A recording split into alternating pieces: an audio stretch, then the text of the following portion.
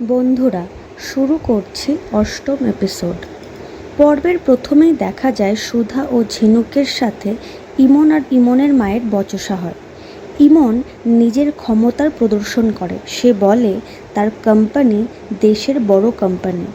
ইমন তার কর্মীদের পুরো বিয়ের ডেকোরেশন খুলে নিয়ে যাওয়ার নির্দেশ দেয় এবং বলে এই বিয়ে হবে না। সুধা এবার বলে বিয়ে এখানেই হবে। ইমন বলে সেও দেখে নেবে কোন ইভেন্ট ম্যানেজমেন্ট কোম্পানি এত কম সময়ে সব কাজ করে দেবে। সুধা বলে সে সব নিজের হাতে করবে। সুধা কোয়েলকে জড়িয়ে ধরে আশ্বাস দেয় বরপক্ষের সামনে তাদের মান সম্মান নিচু হতে দেবে না, বরং তাদের মান সম্মান বাঁচবে। ওইদিকে তেজের বাড়িতে তেজের মায়ের মন খারাপ। তেজের কাকিমা তেজের মাকে জড়িয়ে ধরে।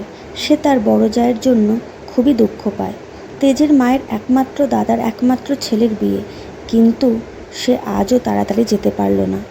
ওইদিকে তার দাদা বলেছিল বিয়ের 7 দিন আগে থেকে যেতে।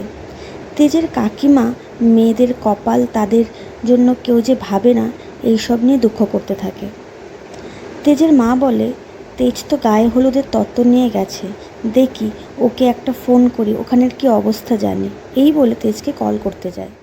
এইদিকে তেজ, সমুদ্র, তেজের বোনেরা, অনিমেষ এবং তার বউ সকলে মিলে বিয়ের তত্ত্ব নিয়ে যাচ্ছে কোয়েলের বাড়িতে। অনিমেষ তেজকে বলে সৌমিকের অনেক শালি আছে না।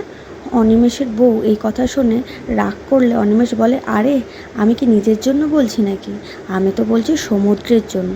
সমুদ্র বলে হ্যাঁ, দাদা ভাইয়ের তো বিয়ের কোনো ইচ্ছা নেই, আমিই দেখি আমার জন্য যদি কিছু হয়। তখন তেজের বোন বলে তুই আগে দেখ ঠাম্মি যে দায়িত্বটা তোকে দিয়েছে সেটা তুই কতটা পালন করতে পারিস।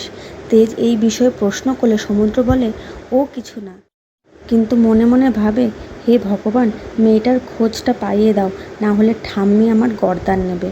ওইদিকে সুধার জেঠি বলে বিয়ে তো কোনো ছেলে খেলা নয়। তখন সুধার বৌদি বলে এত কাজ হবে কি করে।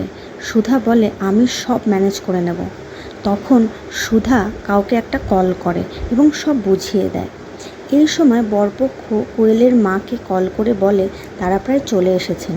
এই কথা শুনে সুধাকে সে বলে তার বোন এবং ভাইকে সুধা ডেকে নিজেদের মধ্যে কথা বলে।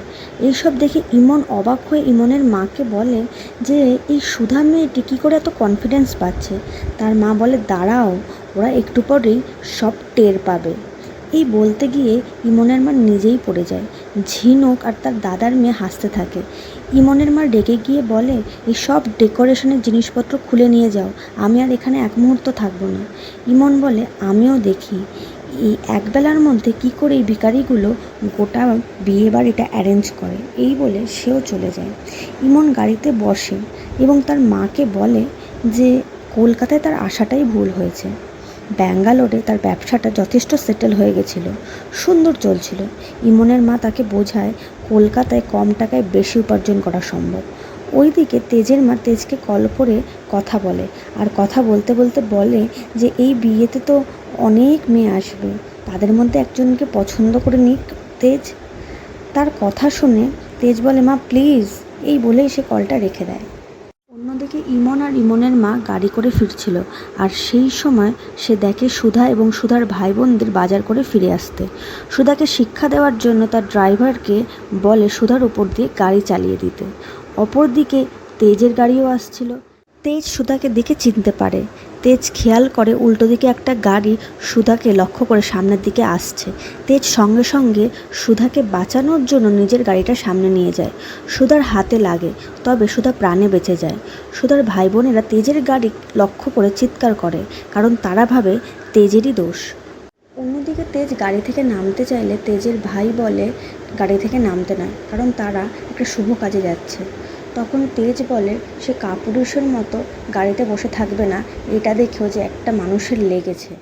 তেজের ভাই বোনেরা বলে দাদা ভাই তুই তো ওই মেয়েটাকে বাঁচাতে গিয়ে আমাদেরই মারতে।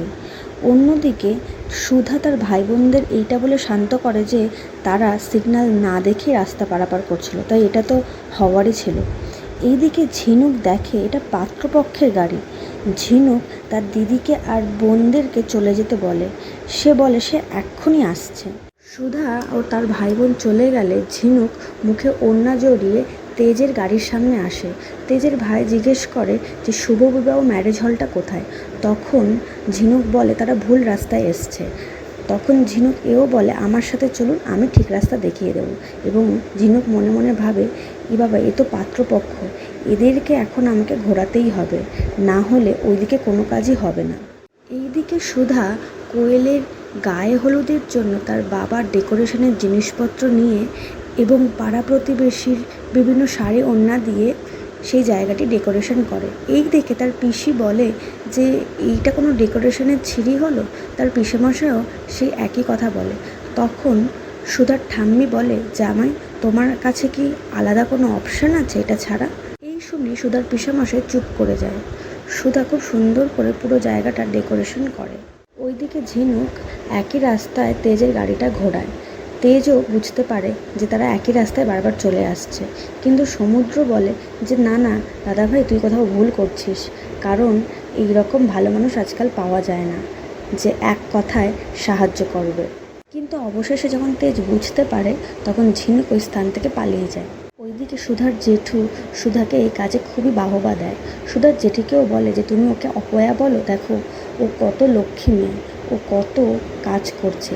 তখন সুধার জেঠি বলে দাঁড়াও, এখনও অনেক দেরি আছে, এ তো সবে গায়ে হলুদ, লোকে কি করে খাওয়া দাওয়া করবে, এত বাসন কোসন কোথা থেকে পাবো, আগে সেইগুলোর চিন্তা করো। তখন সুধা বলে তাদের আশেপাশে সবাই হেল্প করলে অবশ্যই এই যাত্রায় তারা উতরে যাবে। এই সময় সুধার জেঠুর মেয়ে দোয়েল মনে মনে ভাবে যে এই বিয়েবাড়িতে অনেক বড়লোকদের আগমন হবে, তো তার মধ্যে যে কোনো একটা বড়লোক ছেলেকে সে পটিয়ে নিতেই পারবে। এই সময় গায়ে হলুদের তত্ত্ব নিয়ে তেজরা শুভবিবাহতে প্রবেশ করলে তেজের সামনে দেখা হয় দোয়েলের। দোয়েল একটু গায়ে পড়া হলে তেজ তাকে ইগনোর করে রাগ করেই ঘরের ভিতর ঢুকে আসে। এই সময় অনিমেষের বউ অনিমেষকে বলে বাবা, পাত্রপক্ষের এই ছেলে একটা ডেকোরেশনও ভালো মতো করতে পারেনি, এই তোমার জেঠু যদি আসতো তাহলে কিন্তু প্রচুর খুঁত ধরতো। এই সময় সমুদ্র বলে এই তোরা কিন্তু এইসব বিষয়ে কোনো কথা বলবি না ঠাম্মিকে, আমি কিন্তু আগে থেকেই বলে রাখলাম। এইদিকে সুধা একটা চমৎকার কাজ করে, সে বিয়ের কার্ডের কাটিং বানিয়ে একটা গেটের ব্যানার তৈরি করে। সে তার দাদাকে বলে যে তুই উঠে এই গেটের ব্যানারটা লাগিয়ে দে। তার দাদা বলে উঁচু জায়গায় উঠলে তার মাথা ঘোরায়। তখন সুধা বলে তাহলে দাঁড়া, তুই নিচে দাঁড়া, তুই আমাকে তার ঠার সব দিবি, আমি উপরে উঠে এই গেটের ব্যানারটা লাগাচ্ছি। কিন্তু ছেলের বাড়ির থেকে গায়ে হলুদের তত্ত্ব এলে সুধার দাদা ভাবে এই খবরটা তো পিসিমণিকে জানাতে হবে। এই ভেবে সে সেখান থেকে পিসিমণির কাছে চলে যায়। সুধা ভাবে নিচে তার দাদা দাঁড়িয়ে আছে, কিন্তু ওই দিকে ওই জায়গায় চলে আসে তেজ। তেজ দোয়েলকে ইগনোর করে ওই সুধার নিচেই দাঁড়িয়ে থাকে, আর সুধা ভাবে নিচে দাঁড়িয়ে আছে তার দাদা। এই দিকে সে তেজকে নিজের দাদা ভেবে বলে যে নিচ থেকে তারটা দে তো, কিন্তু তার কোনো উত্তর না পেয়ে বলে কী রে, কী হলো, তুই কি মেয়ে দেখছিস?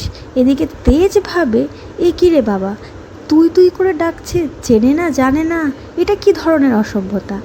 কিন্তু উপর থেকে সুধার তেজের দিকে তাকাতে গেলেই ধপ করে ঠিক তেজের কোলেই এসে পড়ে। আর এইভাবেই এই এপিসোডটি সমাপ্ত হয়। পরবর্তী এপিসোড খুব তাড়াতাড়ি আপনাদের সামনে তুলে ধরছি। ততক্ষণ আমার চ্যানেলটিকে সাপোর্ট করবেন। ধন্যবাদ।